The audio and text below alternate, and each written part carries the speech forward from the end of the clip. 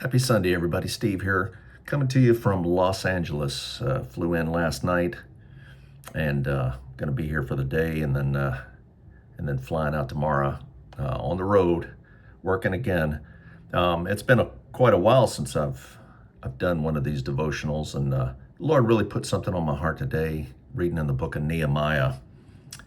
And a little background: Nehemiah was cupbearer for the king of Babylon.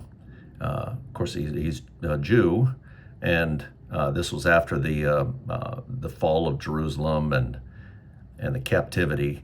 And he found favor in the sight of the king, and it sent him to Jerusalem. And there's two of them. There's Ezra, who was the teacher of the law, and then there's Nehemiah, who's basically an administrator. He was kind of governor of the area. And really interesting. And of course, the book of Nehemiah goes on to how Jerusalem was rebuilt, the walls, the opposition they faced, and everything else. Just reminded me a story back in my day when I was a young maintenance officer. I had a chief that I worked with, Chief Kenny, and he gave me an analogy, and I still use it to this day.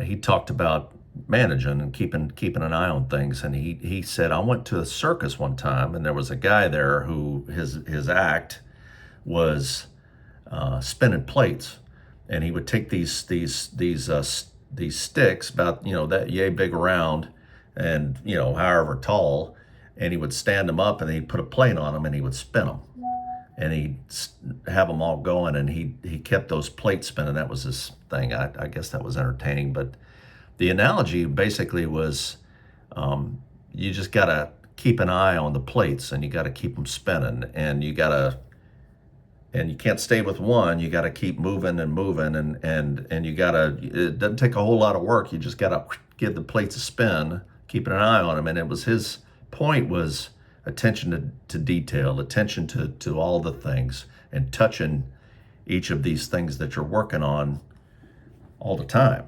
And you got to stay on top of it, or plates fall. And I applied that to my job and all the little projects I would have going and everything else. And you just got to give the plate a little spin every day. You got to touch it, very often.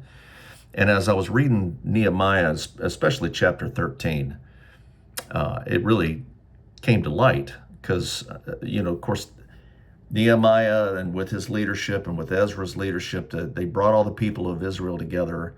And they basically, we need to get right. We need to get right. We've messed up. They brought the book of the law out in Nehemiah 8 and read it to all the people. Said, here's the rules. This is what God's told us to do. These are the things that we're supposed to do.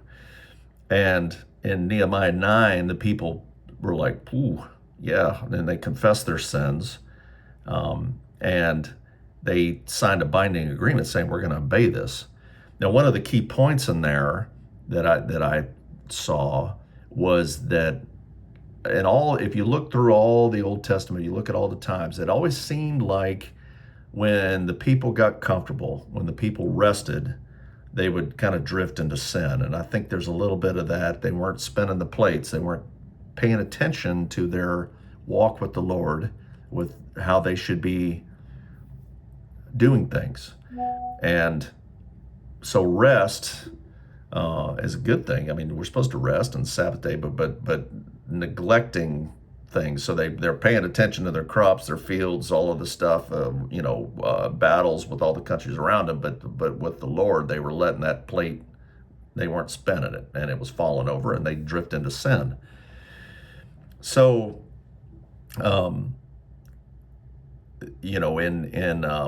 in verse chapter 10, verse 30, of course, in chapter 9, they signed a binding agreement. In chapter 10, they talked about, hey, we're not going to sell or buy on the Sabbath. We're not going to work. We're going to honor the Sabbath.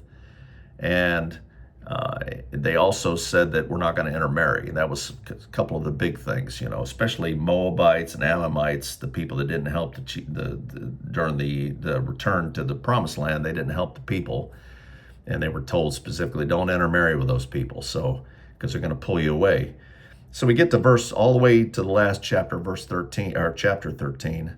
Nehemiah I guess it was probably an understanding with the king. He probably liked him so much, said, "Hey, you can go for a little while, but I'd like for you to come back." And he came back to Babylon to the king, and to serve him a while longer. And then he found enough favor again to say, "Hey, I'd really like to go back." And the king's like, "Go ahead." So Nehemiah comes back, and what he finds is that the people, they got the walls up, Jerusalem's clicking along, the people are living in it again, people are out in their fields.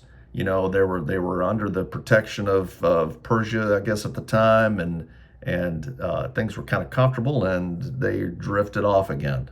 And he comes back and finds that there's somebody living in the temple. I guess he just pitched his apartment in there or something, moved all his stuff in, his TV and his refrigerator. Well, not TV, obviously, they didn't have those there. Nowhere to plug them in, right? So, but he finds the people had drifted, and he finds that here's the Sabbath day, and there's people coming in selling stuff, walking through the gates, hey, setting up shop. He found people treading wine at the wine press. They were harvesting grain, bringing it in the city, selling it. There was fishmongers coming in selling, and he's like, "What's going on?